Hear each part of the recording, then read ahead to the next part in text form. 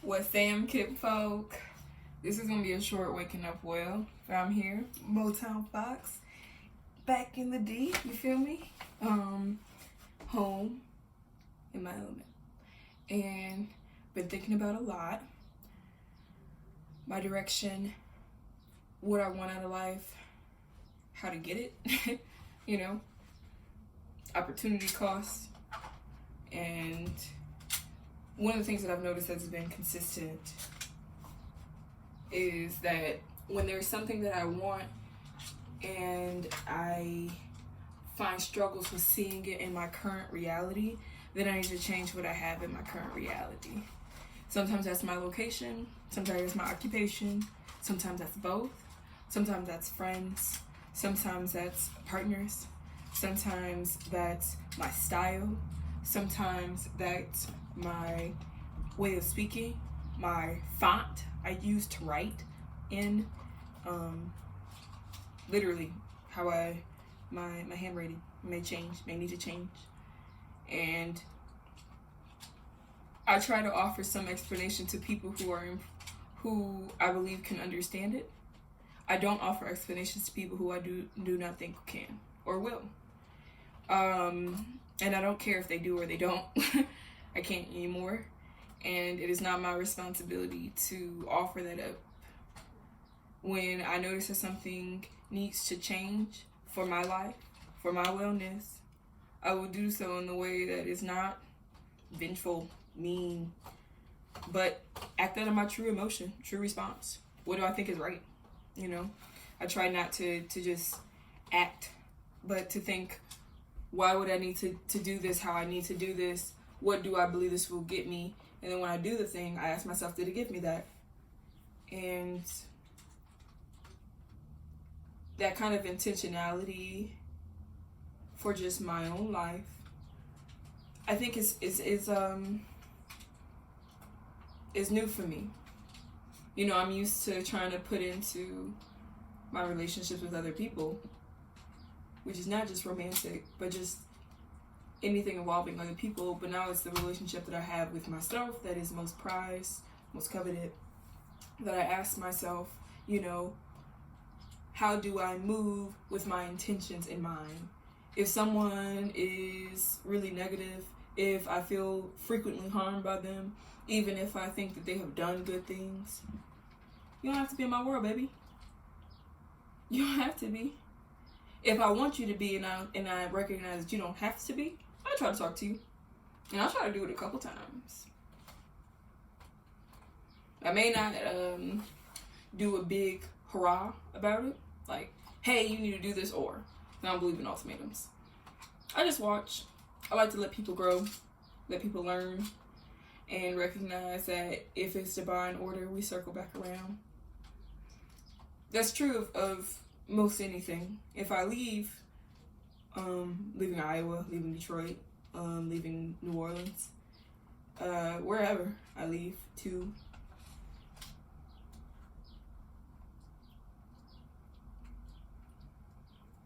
I can recognize that it helps to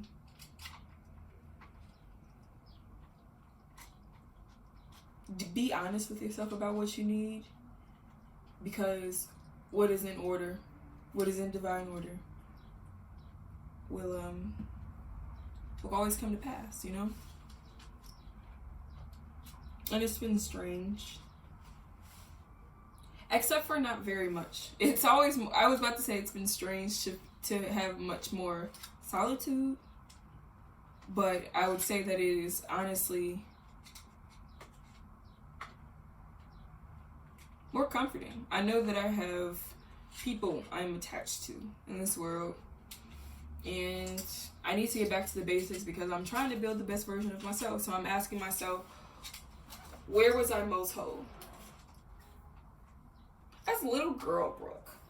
As little girl Brooke, who didn't care about what people thought of her style or how she talked, what she liked to do, didn't care if people thought she could dance good, or that, her ass was sent, even though it's been even though it has, but the point is that I'm asking myself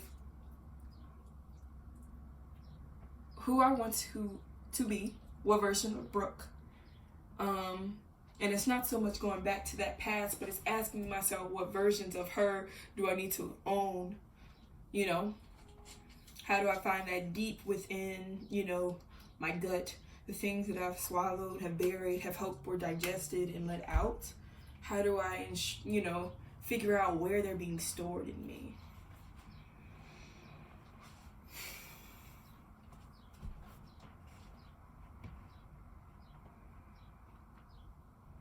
I'm being kinder about how I treat my art. I'm like, why don't you just make? I'm like, you don't need to just produce. That's not what art is for. Art, for you, is meant to be cathartic, but it's also arduous, And I mentioned that in my discussion of morning pages last year in June. Wow, crazy. Last year in June, I was reading The Artist's Way by Julia Cameron, and I talked to you all about, just how difficult completing one of the assignments, the morning pages, where you just kind of free write journal for 3 pages, was really arduous. And that's true of art. It is work, but it is pleasure work. Because I don't think that those things are contradictory. Work that is pleasureful work, pleasure being work being pleasure. I think that some of us in our society have work that is not pleasureful, that we try to convince ourselves is pleasureful because we like money. But I do think that work can and should be very pleasing. And art is a work for me, and I don't need to work all the time, and I'm on vacation.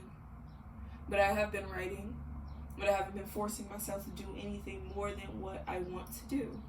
I'm trying to jot down my ideas, to write down my feelings when I feel them, because I recognize and kind of come to a trust of myself that I don't need to know every word that has come through my head about a thought.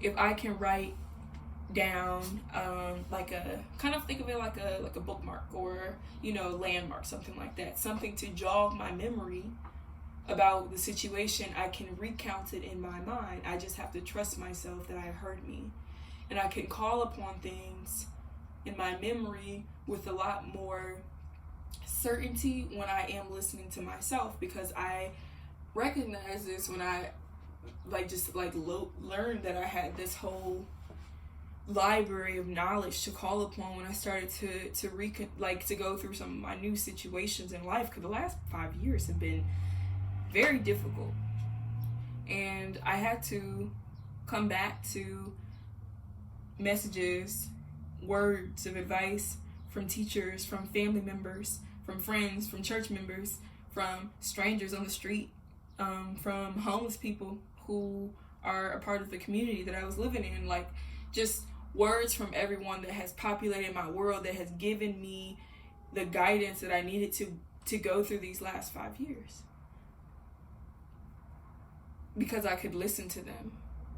I haven't always awarded myself that level of respect and admiration of listening.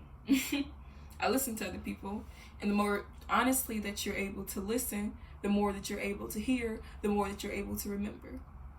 And so I'm asking myself, when I speak, for me to quiet down the parts of me that want to speak back to me, because I can and I will, but there is a voice in my head that is speaking about something deeper. My spirit is speaking to me about what's going on in my world, and I need to be able to listen, to hear, to remember. And if I can jot down some landmarks from that, if I listen, then I heard, so I will be able to remember by being like, oh, right, I wrote this sentence, these couple of sentences right here in this journal because I wanted to come back to this thought. Boom. And that to me feels very mature. And it's been very rewarding. And difficult. But it is actually the way that you deal with the difficultness. When you know, like I'm working on a memoir. The last 5 years have been very difficult. Remembering isn't just pleasant, right? Even though the work itself, the overarching, is pleasant, like I want to be able to get it out, to review, to take away its power from me. But even the process of that empowerment, you know, it requires me to go to battle with that thought. I have to win. I have to get it out. And winning that takes time. Yeah. They do. So, word of the day. Take your time. Listen. Listen to hear. Hear to remember. Remember to remind yourself. Come back to those reminders. Right? You know, be with those thoughts and recognize that you won't be able to say everything in one sitting, and you shouldn't try. I'd asked Kiese Layman at one of his readings for Heavy, how did he remember without being crushed of the weight of his memories? You know, those memories are heavy. How do you prevent yourself from breaking under the weight of that?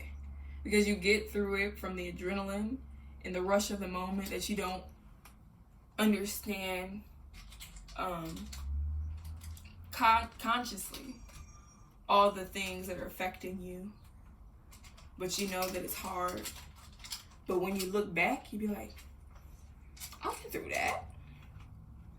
Y'all know that J. Cole song? Shit looks so sad when you look back. And that's real. It is. I feel like it's always infinitely harder to look back and see what you came from. And you know what?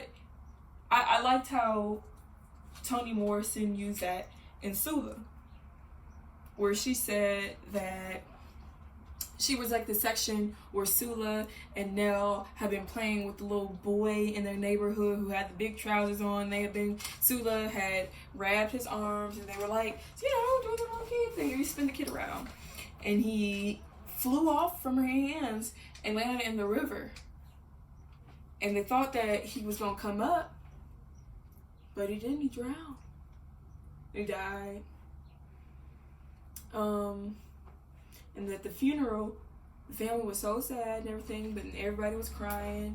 And she had a section where she just kind of discussed the funeral bringing out the death of the child in them, where they think about, you know, what they had been through and how that killed the child, but not, you know, so much even the boy who had just died. It made them think about that in themselves. And, you know, you have to think about what happened to you. It is heavy. You should feel sorry for you. You should tell yourself that you are, you know, you are brave and you are strong and courageous because you made it through all of that. Commemorate yourself. See where you are resilient. See where you were strong, and see where you shouldn't have had to be resilient. See where that resilience has been built, a sort of toughness and toxicity that ought not be there. Because, like, who want rough skin? I don't know what you. I want soft, beautiful skin. I'm melanated, mommy. I ain't trying to have no Teflon skin. You have to be strong. You don't have to be, you know, senselessly powerful to go through the situation that you've encountered. And a part of that healing is recognizing that to do this kind of healing work for yourself, to remember, you know, to take away that power from the memory, it requires some isolation, honestly. And that's not a fuck everybody. You know, I think that is spiritually mature. It's not a fuck anybody. It's a, I am moving towards the version of myself that I need to be. And to do that, we got a new cast. We got some returning members. Got some same plot elements, got some different plot elements. But all in all, it's my show, and I have to let it happen. And I have to be willing to say that even though I'm moving through waters that make me feel uncertain, and these waves feel like they may take me under, you must know you can wait.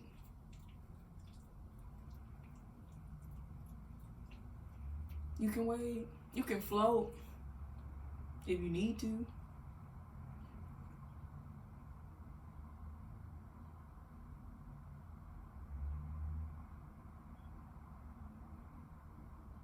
Troubled waters. Are as American as cherry pie. Don't run from yours. Wait in them.